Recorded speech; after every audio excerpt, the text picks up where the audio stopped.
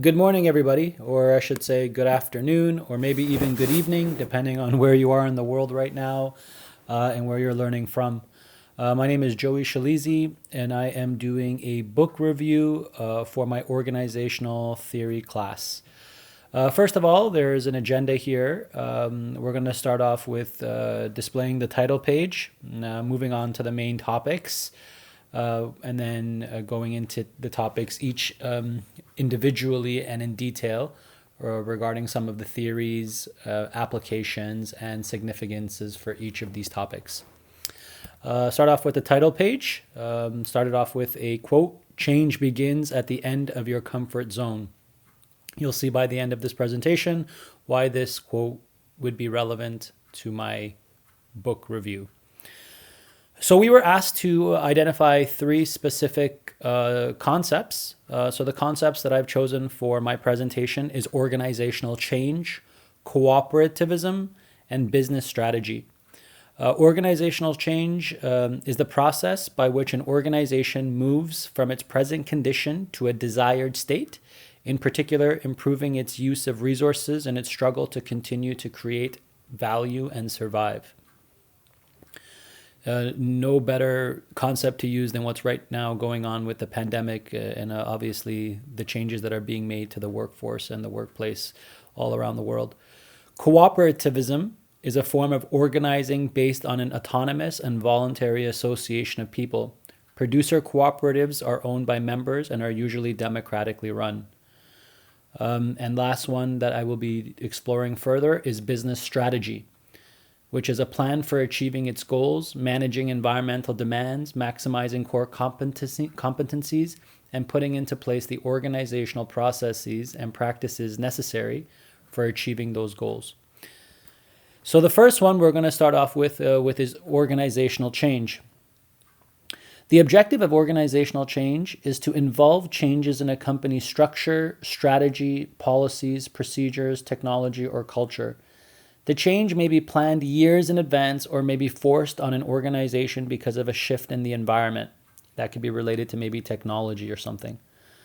There are three forms of change. One of them is called developmental. The other one is transitional and transformative, and we'll go through each one by one. Obviously, organizational change can be taken in many forms or can come in many forms. The first step is developmental, which is an emphasis is placed on improving existing processes and structures. So it's obviously focusing on, the betterment of the, like, let's say an escalation procedure that you may have that may be outdated or not working correctly.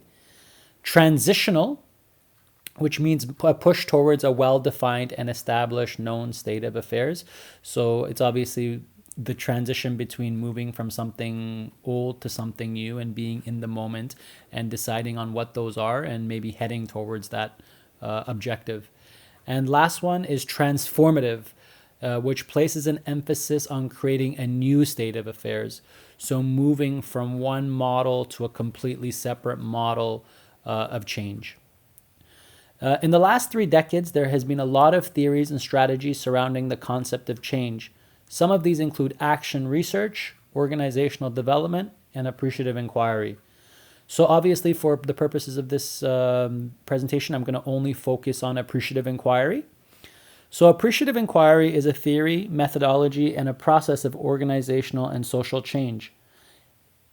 AI, which is obviously appreciative inquiry, has a focus on positive organizational attributes that may fuel change. Appreciative inquiry challenges the problem-oriented approach often applied by action researchers. Appreciative inquiry is used as a tool for organizational change, development, and inquiry. AI focuses members' attention on what is possible rather than what is wrong. So it completely has like a complete change in the way you frame the way that you believe things to be. So language, knowledge, and action are inextricably linked. Lastly, they use a 4D model of storytelling that brings life to the organization. The organization focuses on what it does really well and how it works and what it works towards improving it. So an example that I gave here in appreciative inquiry, it says here, an interview recently completed a job interview for a promotion. You can tell your colleague's face shows signs of distress and tension. How do you think you should respond? What kind of questions can you ask when adopting an appreciative inquiry perspective? So one of the ways that you could decide to take an appreciative inquiry approach is to focus on their strengths.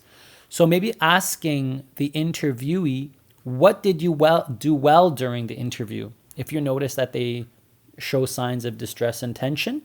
And automatically, I feel like if you ask a question like that, you're going to redirect the person's attention towards something that they did positively during an interview. And then you can work off of that. Another is, why do you feel you did better in some areas than others? Again, this redirects the focus of something negative where the person is feeling like they didn't do really well during the interview towards positioning themselves so that they can speak about what are some things that they did well.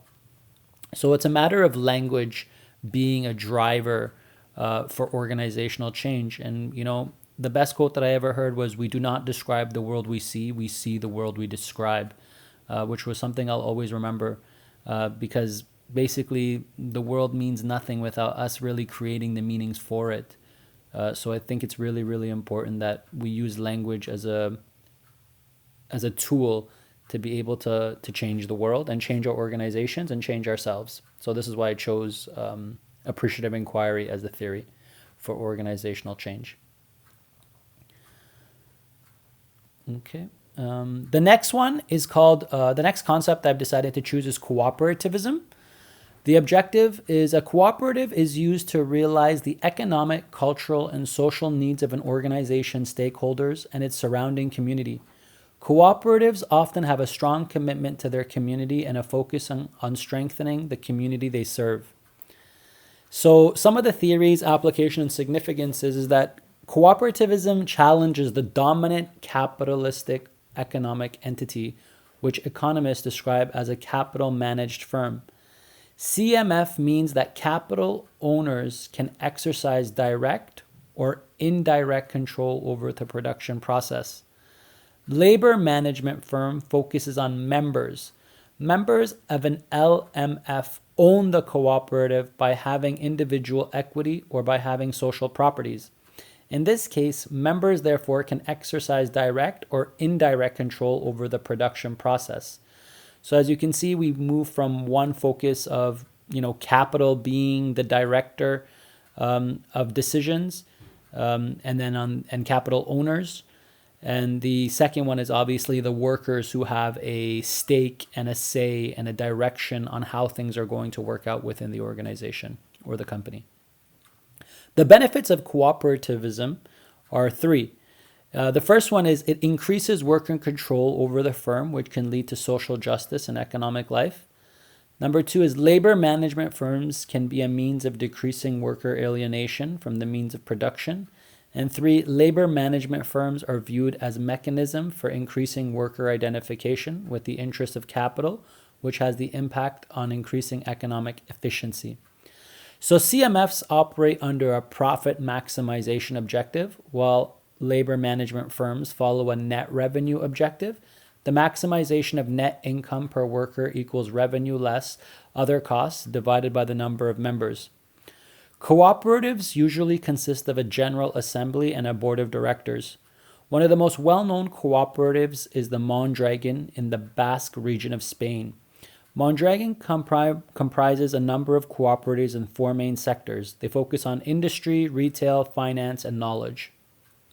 If this is something that you're interested in or you like learning about cooperativism, I highly suggest you basically Google Basque region of Spain and type out Mondragon, and you'll find a lot more details.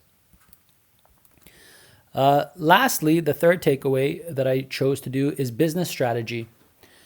So creating the business strategy, the objective is creating a strategic plan is a key component of planning for growth. It will help prepare a realistic vision for the future of your business, and in doing so can maximize your potential for growth. Business strategies give direction and understanding of environmental demands and internal resources. Identifying your greatest strengths and eliminating your weaknesses should help you adapt with adapting to economic and social changes. So there are four types of strategies, four forms of strategies. One is analysis, the other is formulation, implementation, and evaluation. So analysis is obviously examining the internal and external environments and asking questions such as where are we, where we are, and where do we want to go.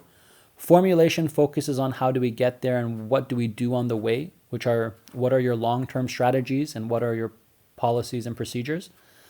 Next one is implementation. Are we sure we are doing the right thing? Focusing on execution and quality control processes and data collection to measure the firm's performance. And lastly, evaluation. Did we learn anything? Examining the success and failure and then repeating it again.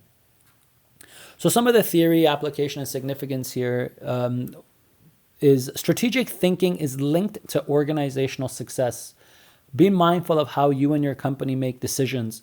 It is important to try and build a strategy for decision making and incorporate that into your culture. Another side note is companies that discover unique ways of fostering and maintaining innovation can create a competitive advantage.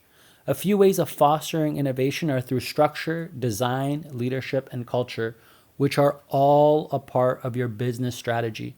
So this is the main reason why I think, why I chose this specific topic and why I think it's really, really important. So if you think about it, many of the aspects and concepts that we learn within this class falls under a concept of a business strategy and aligning yourself correctly with the structure, design, leadership, and culture. Lastly, the theoretical framework that I chose was from Edith Penrose, who developed the whole SWOT analysis theoretical framework. This is extremely relevant and important in our everyday life because companies still today use the SWOT analysis, which represents an examination of a firm's internal strengths and weaknesses and an examination of a firm's external opportunities and threats. So many companies around the world use a SWOT analysis in their everyday life and focusing on how they're going to identify strengths and weaknesses and threats and opportunities. So this is why I chose to do this specific theory for business strategy, as it's still very relevant.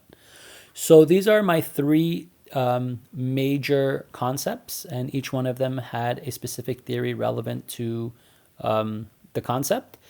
And I would like to thank you for your time. And in the bottom of my presentation will be a link to my notes where you can basically see the information I have there as well.